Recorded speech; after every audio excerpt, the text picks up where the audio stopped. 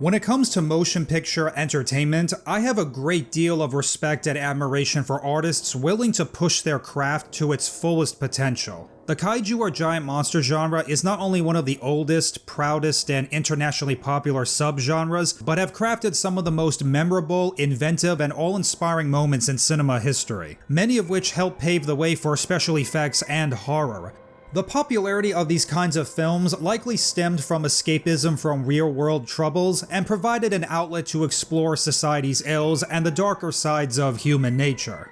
And one of my favorites of all time and underappreciated kaiju monster film is the 1956 Rodan, a horror sci-fi kaiju film that goes over the tale of a mining engineer in a small village investigating the death of his fellow co-workers and discovers prehistoric creatures arising from the mines. The film was a huge hit in Japan. It was the first kaiju film to be shot in color for Japanese entertainment company Toho Studios, became one of several kaiju movies that found an audience outside Japan, and ensuring the continuation of the giant monster genre. Proving Toho's 1954 Gojira, aka Godzilla, wasn't a standalone success. Audiences wanted big monsters, and they wanted a variety of them. It may have been locked in a prison of ice millions of years ago. Well, what could have released it after all that time? Oh, any sort of unusual vibration. You know how mountain climbers are afraid of thunder? Well, it's because the sound vibration might start an avalanche.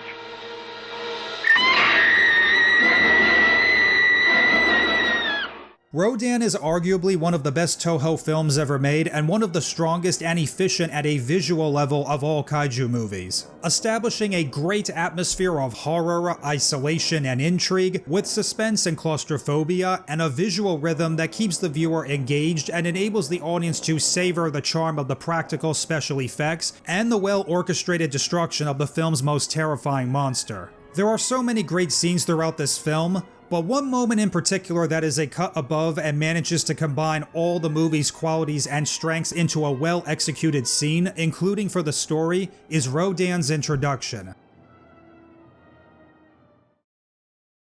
The scene focuses on the main human character named Shigeru Kawamura, a mining engineer who was recovering from his wounds after a cave-in about a month ago. Shigeru was in charge of escorting police and the Japanese self-defense force into a coal mine to confront prehistoric creatures attacking people in his village. Unfortunately, during the event, the mine caved in and he got trapped and separated from the company.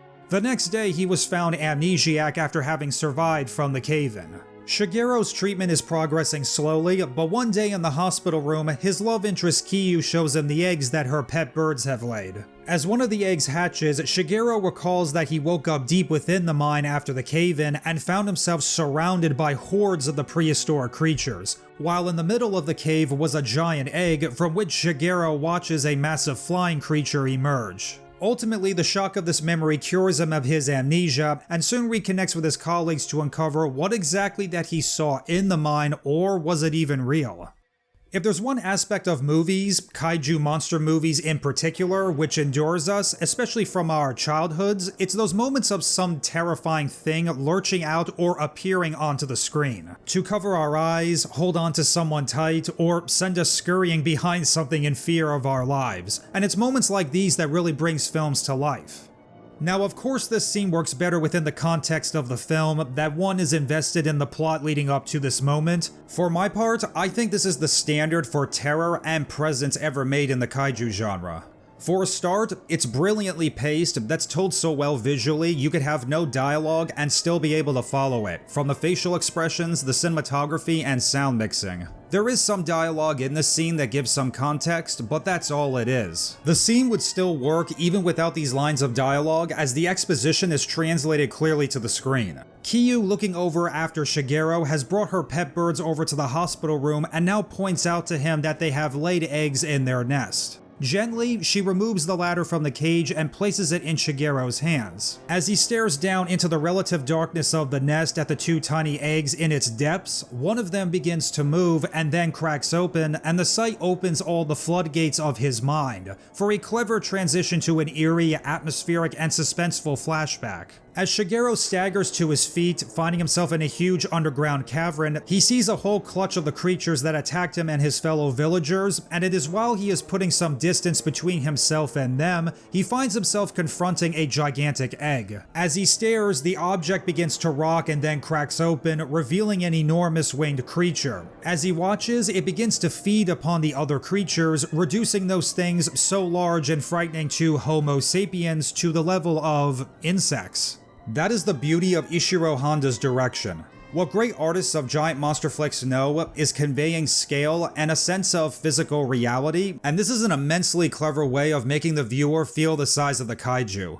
What's also interesting about this moment is that the title monster Rodan isn't properly seen until almost an hour into the movie, of its 82-minute runtime, or 72 if you watch the Western version. The first half of the film is almost a movie all by itself, starting out as a drama murder mystery following a man and group dynamics of supporting characters reacting to the deaths of miners, trying to uncover what happened to them and the impact of unrestrained mining has on the environment, culminating in a big battle that takes care of an unexpected secondary monstrous menace. With scenes that are legitimately frightening and effective horror material and resolves a lot of the questions in the setup. But then this Rodan appears, and the film turns into a straight-up kaiju flick with all the classical elements you'd expect. It's a series of big reveals like a monster movie layer cake, and like Rodan's introduction, none of these narrative twists feel forced or grating, but they're all necessary components of the film's overall success and what makes it unique.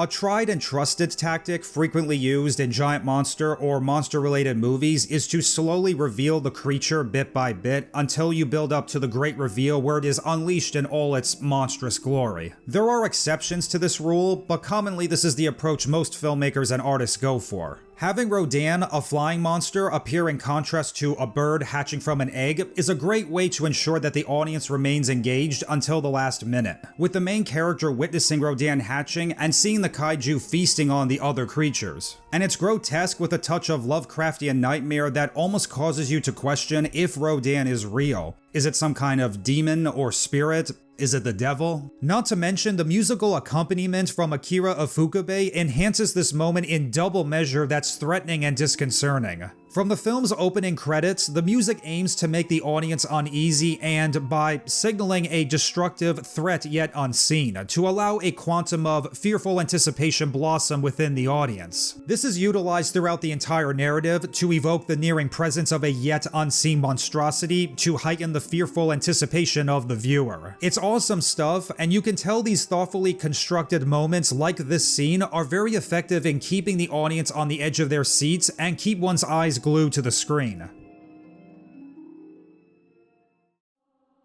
This is an iconic moment in the kaiju genre and one that is pretty much universally remembered as the most haunting moment from the film. It's a smart, effective horror scene with a brilliant transition that does a lot with very little, and it's the type of creative energy that you rarely see and even most giant monster films lack.